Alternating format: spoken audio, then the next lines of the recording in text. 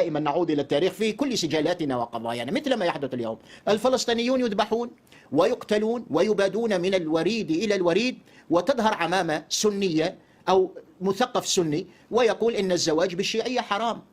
يعني أيها السفيه، أيها الوضيع، يعني أجزت الزواج بالإسرائيلي وحرمت الزواج من مسلمة، وفي نفس الوقت ينطقون عمامة شيعية في لندن لسب الصحابة وسب المسلمين وإحداث الفرقة وإحداث الفتنة الكبرى بين المسلمين. وهذا الشخص المعمم الشيعي في لندن تموله دولة خليجية وتعطيه أموالا بملايين الدولارات، والمشروع سب الصحابة قدر المستطاع في هذه المرحلة، وقناته تبث عبر القمر الاصطناعي الإسرائيلي، وصارت إسرائيل تنقل لنا فضائيات سنية تكفيرية وفضائيات شيعية تكفيرية.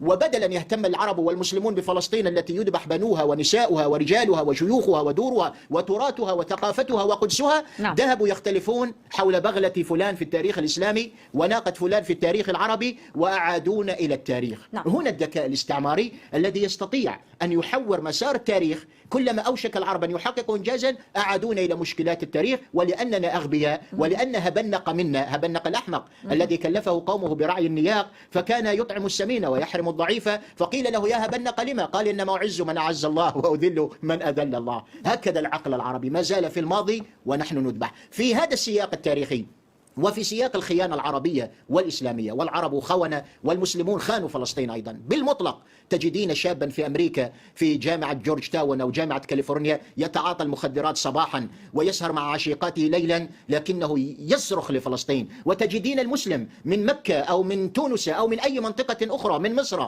يرقص صباحا ويرقص مساء. هنا يعني تشمل حتى الشعوب، حتى الشعوب العربية خذلت فلسطين ولم تكن في مستوى فلسطين. فلسطين. في ظل أنظمة حضرتك وصفت بأنها كيانات يعني تأسست عبر هذا المخطط البريطاني الأمريكي الصهيوني، يعني هذا بتعبيرك وبوصفك. لا، بتعبير التاريخ بتعبير التاريخ والحقائق والوثائق. نعم.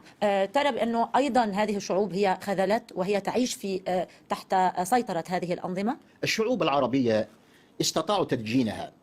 الآن نحن نعيش إفرازات الحرب الناعمة وتأثير الحرب الناعمة. الشعوب العربية صارت شعوب تيكتوكية، صارت شعوب، يعني ماذا أقول لك، شعوب ويكي. يعني كلما تظهر موجة في الغرب يقلدونها في العالم العربي حذو القدة بالقدة. شعوب طلقت دينها، طلقت إسلامها. أنا لا أقول أن الأنظمة العربية والإسلامية لم تكن طاغوتية، هي طاغوتية بامتياز. وأنا عندي كتاب ألف قبل 15 سنة بعنوان سقوط الطغاة.